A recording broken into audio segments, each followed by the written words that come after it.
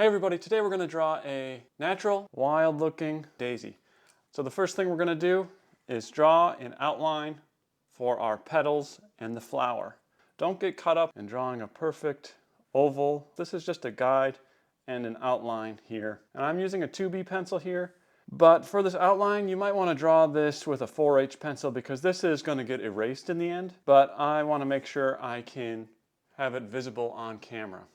So you can see my oval here is much wider in comparison to how tall it is, and that's going to enable us to give it some perspective rather than just a symmetrical flower. So the next thing I'm going to do is just rough in an outline of our stamen here. And you can see I'm not going to connect the line at the bottom. That'll make more sense as I add the petals in next. Okay, so next we're going to start drawing in our petals. Now, a lot of times you'll see like perfectly drawn daisies, and they all have perfect symmetrical petals. But if you watch a lot of my tutorials, I often don't draw like this because, as I often say, I want my drawings to have a natural and wild and organic look. And also, there's no perspective here, right? This is just a flat, symmetrical view looking down. So over here on our flower, I want to give it a little perspective. So these petals at the bottom, which are going to be facing us, are going to be a little bit fatter as there's sort of that foreshortening happening where it's rounding up from the stamen and coming out towards us, right? So these are going to be a little bit chunkier. And I like to have this little divot in these front petals because, again, this is rounding up from the stamen and out, right? It almost kind of looks like a tongue or something. And then over here, you know, we kind of do the same thing, but just be real loose with it. You're not locked into anything. And then, you know, you have some overlap. I like to do just small little details. Just keep it super loose, right? As we go out to the side, they're no longer pointing at us, and we don't need to make them as short and stumpy. Now we're getting that side angle where we're going to see that full length, right? And the white petals of a daisy, there's only slight little shadowing details, right? So that's why I'm just doing these little flicks. You can see here, I did this little double line situation.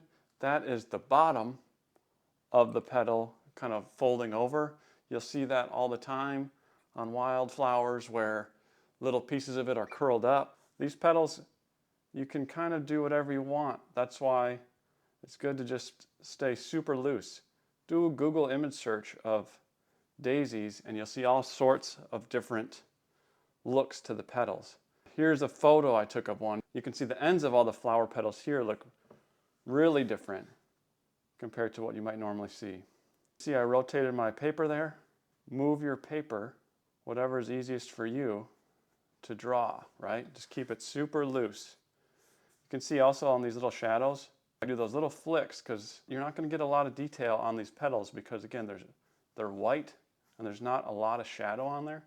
But a lot of times you get like those, you know, two little sort of ripples in the petal, and that's all these little lines I'm doing are, but they have little tails on them, right? So they just sort of softly disappear. If you want to use this exact pencil, I'll link it down in the description. I do make a small commission off any purchases of the link. This is like my go-to pencil. It's got 2B lead in it. We're going to have a visitor in a second coming in. Check it out. What do you think? Here we go. Just be super loose, correct as you go, erase if you need to, and making mistakes isn't bad. I mean, that's just how you're going to learn faster as opposed to being super rigid with everything. If you want a lot of petals, you can do it. If you want a lot of overlap, if you want to do some shorter ones and then some longer ones coming out. You can also see I'm not quite going out to the full extent of my guide. It may have been a little too wide on the sides, but if you want, you know, maybe you have some ones underneath poking out. These petals are going out, sort of reaching for that sunlight, right? Daisies are heliotropic, which I did have to look up that word, meaning the flower always rotates to face the sun. So this is always going to be facing your light source and opening up to that sunlight. But you can see, just being really loose with it, you get some nice natural looking petals. Now as we get to the back here, these are all facing away from us, right? So these again are going to get shorter, giving that perspective. That's a little bit of a weird one, but we'll just fix it up by just having a little bit of that leaf curling up, just adding this extra line here. Same here, we'll just add. So that's that leaf kind of folding up and over and curling up. You know, I have my outline guide here, but as I get to these back petals, I notice still probably too tall, so I'm just using that as a reference for how far away from the guide I want to be. I'm kind of following the curve of this guideline, right? If this were in, I'm just following that curve.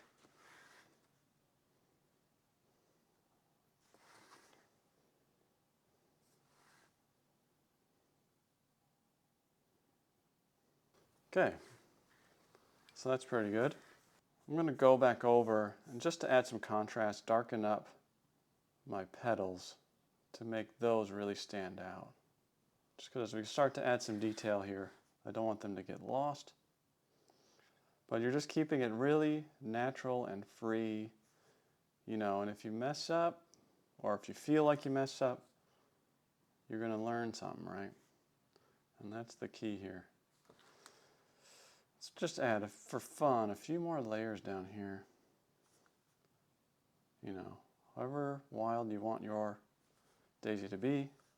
Okay, with the flat, sort of softer application of my pencil lead here, I'm just going to add those little flicks just to give a little bit of definition. Don't do it on every flower. Again, you don't want it to appear like a pattern or anything. Of course, in the distance, they're going to be a little less visible, but you just want to give a little bit of life to some of these, right? Oops, I missed the outline on some of these here. Okay, so yeah, just give a little bit of life to some.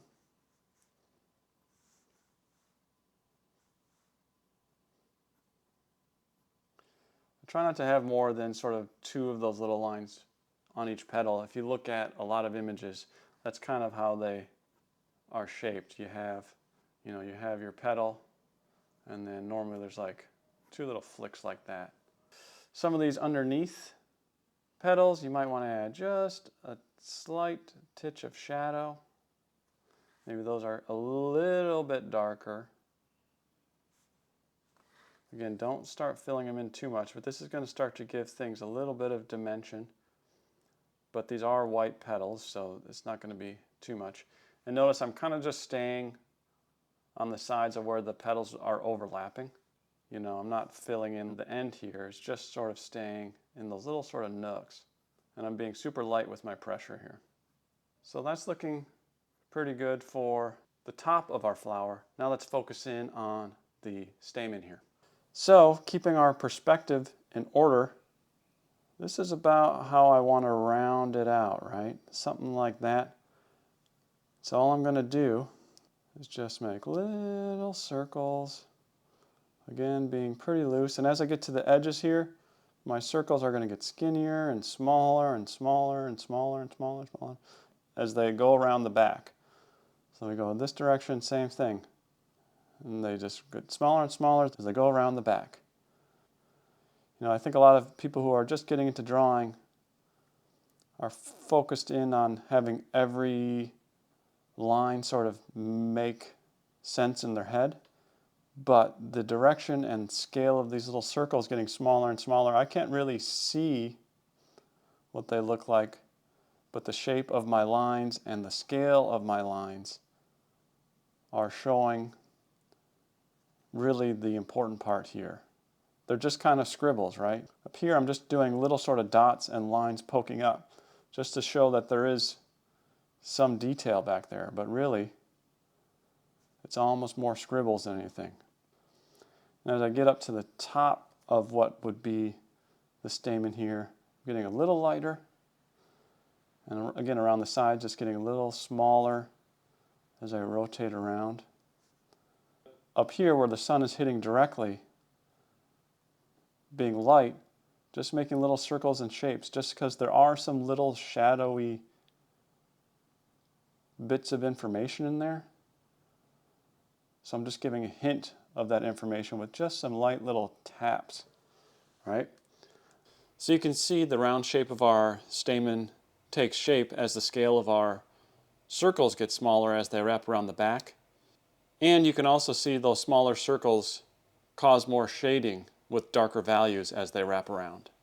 I'm just going to add a few more little shadowy bits on these front petals, as these are sort of protruding out from the stamen here.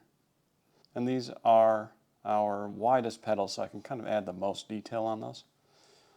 All right, now let's put a stem on this and some leaves.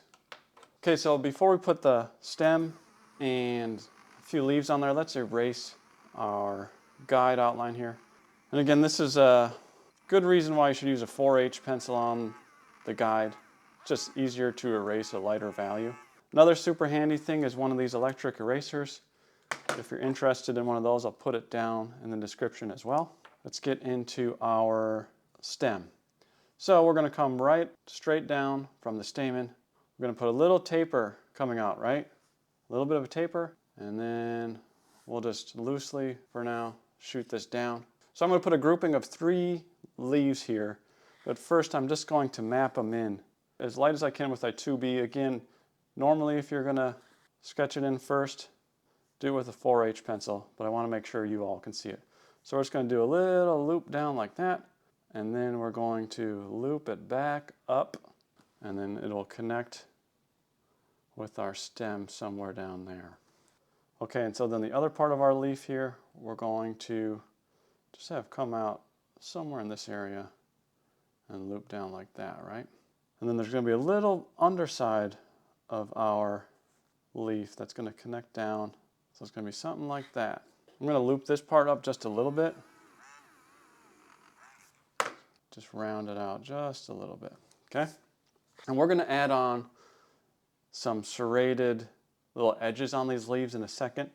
I just want to map them in first because it's easier to sketch them in before you lock in smaller details like that. Okay, so now the second leaf in our little grouping is going to come off right here where it just kind of comes up. It's going to have a slightly different look to it. It's going to come out about equal to this one. It doesn't have to be perfect. It might be a little shorter, might be a little different. This is going to be on the side of the stem here. So something like that, right? And then our third leaf is going to be going out away from us. So to give it that perspective, we're going to have it up just a little bit more. And I'm just going to see a little bit on this side. Rotate your paper as needed for it to be comfortable for you. And just do a little blippity blip, little round curve, something like that. Center line on this one, it's going to be a little bit in there like that. And then the center vein on this one is going to be something like that. So with it mapped in now, I can just add those little jagged lines really easy that a daisy leaf has. I'll come around, something like that, right? And then this one, where we had a little bit of the leaf showing on this side, just kind of squeeze those in. That's a little bit harder to see, and it's going to be shaded in a second, but let's continue on to this one. Just the same thing, right? Up. Again, rotate, whatever is easiest for you. Same thing here. These are going to be a little bit stumpier, again, because the perspective. There you go. Final step here, we're going to do a little bit of shading. So, directly underneath our flower, this is all going to be in shadow, right? Sun's pointing down, hitting this, casting a shadow on our stem. So here, we're going to just shade it in a little bit darker. I'm going to do this all with a 2B pencil. If you have multiple values, it'd be easier to go lighter to like a, HB or a 2H as we go down the stem here. But I'm going to do it all with a 2B pencil. So right underneath the flower is our darkest shadow. On the edges, I'm going to just lock these in here with a little bit of that darker edge. Create some contrast as our stem wraps around. Then in the center, I'm going to keep it a little bit lighter. But however dark you want the value of your greens to be, that's what you're doing at this point. You're just deciding how dark you want your values to be. Where all these leaves come in, it's probably going to get a little darker because there's all those different leaves casting some shadows. Again here, This leaf might be casting a shadow on the bottom part of the stem, so we'll darken this just a titch. These leaves are going to be getting quite a bit of light, so after I define my center vein here, I'm just going to do, again, with light pressure on my pencil, just shade these in a little bit. Same thing here, we'll just go in the opposite direction. Now this little under part that we drew in, this is going to be dark again, because obviously this is on the underside of our leaf. So something like that. Then the center vein on this one, I'll just define that. I'll have a little darker out here. And then as we flatten out, I'll lighten some pressure. But again, if you have like a 2H or an HB pencil, switch over to that as you get in here. And then same thing on this last one. Center vein, just give it a nice, easy shading. Okay, I think that looks pretty good. So different varieties of daisies might have different shaped leaves, so watch out for that. If you're looking at a reference image, these could take a different shape. But also a lot of times, you'll have several groupings of these leaves as you go up and down the stem. But I'll leave that for you to practice on your own drawings.